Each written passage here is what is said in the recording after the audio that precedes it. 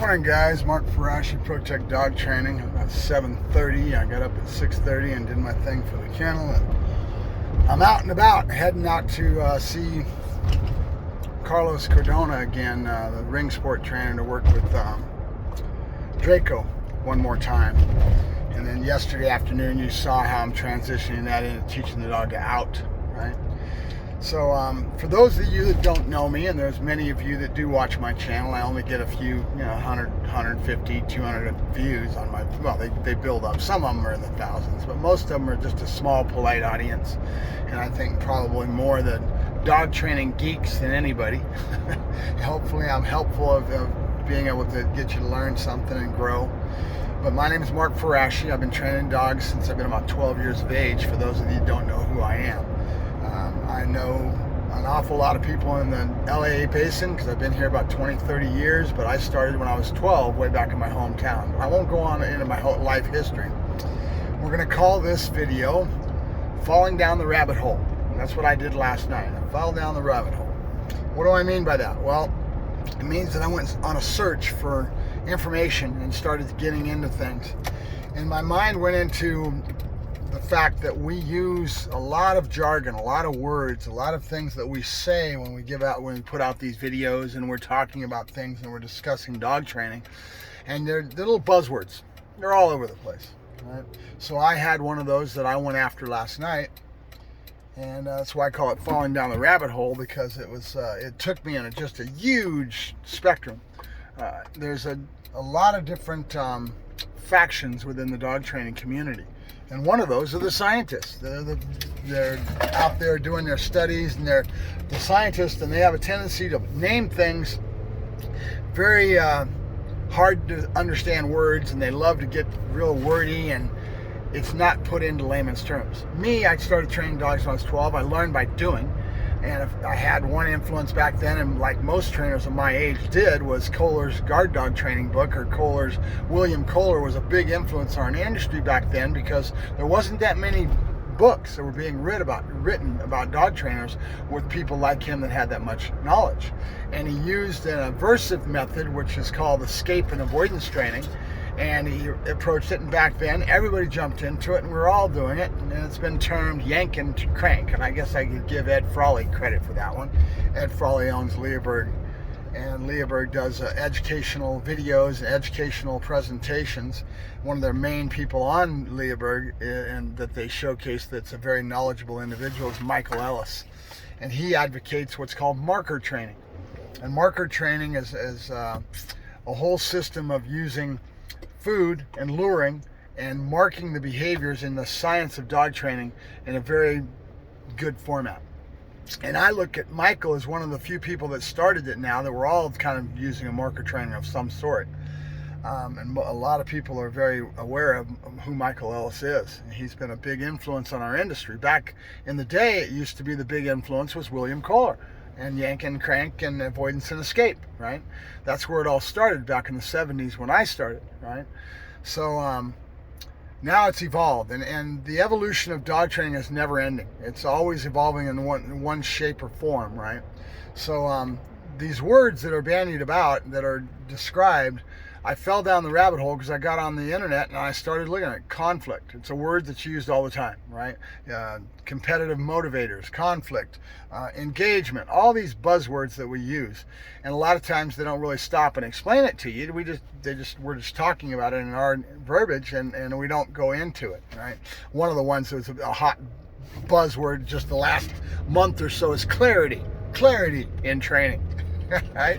In other words, communicating your dog in a clear and concise manner that the dog can understand. But on this one, let's go ahead and talk about the word conflict. I did a word search and a query, and I usually do voice nowadays, so I just asked Google. I says, what does the word conflict mean in dog training? I got a myriad of different articles and all this stuff. There was one that really hit me and that really stuck with me, and it was formatted in a trainer's layman's terms and explaining what conflict is in dog training, and it was awesome, right? So I want to kind of go into it, but I may be totally wrong, but I want to get you guys to start doing that. Go down the rabbit hole. You can learn a lot, and you may be confused when you get done with it, But as you start to try to apply it and start to understand something that's a word that you may not understand that's used in dog training all the time, like conflict, right? It's used all the time. It's bandied. It's one of those buzzwords, conflict in training. What is conflict? Well, in my mind, it's something that I want the dog to do, and the dog is in conflict with that, right? So in a good example of that, I want my dog to out. That's what I'm working on with Draco right now. And if I correct him or I try to choke him off the bite, he wants that all the more, right? That's conflict. It's something I want that is in opposite of what the dog wants and understands, right? Understanding is very important. That's why you always hear me talking about conveying a thought to the dog, right? So this word conflict is used to it, but do that. Do a search and find out all the articles you get. Fall down the rabbit hole now and then, because if you're a geek like me, it's a very fun thing to do, and you're groping to try to understand and understand your craft and understand these words that we use, that are used all the time in application of what we're doing. So that's what I've got going on with Draco right now. We have a little bit of conflict. Now think about this. Draco wants to hold on to that sleeve. He wants to hold on to his bite toy, which is a sleeve, tug, whatever it may be. And in so doing, when he holds on to that, what causes that? The instinct in the dogs of possession, right? Also, it's a little warm and fuzzy feeling. It feels good in his mouth. Think about how he applies. If you watch my last night's video, you see me working with a 2-ball, and I'm doing balls in a strap. Those are hard rubber balls. He doesn't enjoy it as much, but if I keep him into it with stimulation, the dog stays at it, right? But he doesn't enjoy it as much. It doesn't give him that same warm and fuzzy feeling as it is when he's got a sleeve in his mouth. When he's got a sleeve in his mouth, linen, like those tugs that I was working with last night, he's in conflict. He wants to lay down and start chewing on that. That's why we never let the sleeve go to the ground and the dog to get chewy, because it's very instinctive for the dog to want to do that behavior. It's a very instinctive behavior. Think about this. Everything revolves around hunting. Everything revolves around prey instinct in the dog when we're doing bite work. That's our first level of it. Yeah, we get into some other concepts of defense and fight drives and things that you'll hear bandied about, but the nucleus of everything, when I build a dog and I'm building a young dog, is to work in prey, because the dog instinctively, genetically, is hardwired to hunt, to chase after his prey, to drag it down, and that whole prey cycle you hear us talking about now and then is paramount in that. So in other words, the dog's concept and what he wants, what his drives are in conflict for what I want. And when it gets down to layman's terms, you're talking rudimentary drives in the animal that we have a lot of things that we expected and we're trying to get our dog to do that are totally in conflict with the dog. And so I'm going to link an article that I found that was on a bird dog site, and they wrote an article for the Retriever Journal or something like that, and it was an excellent article, and it comes from my world, which is the layman's terms. In other words, I learned by doing. I didn't go to school and have to study all these fancy words and get into the science of dog training. I only found the science of dog training because of Michael Ellis and his whole approach towards breaking it down in layman's terms that has been a big influence on our industry. No matter what you say, if you believe in it, you don't believe in it, marker training is a godsend, because it hinges layman with the scientific. Now what I mean by that, the scientific aspects of things, is scientists have a tendency to name things and to get into explanation of things that really make it hard to understand a lot of times. Look up operant conditioning sometime.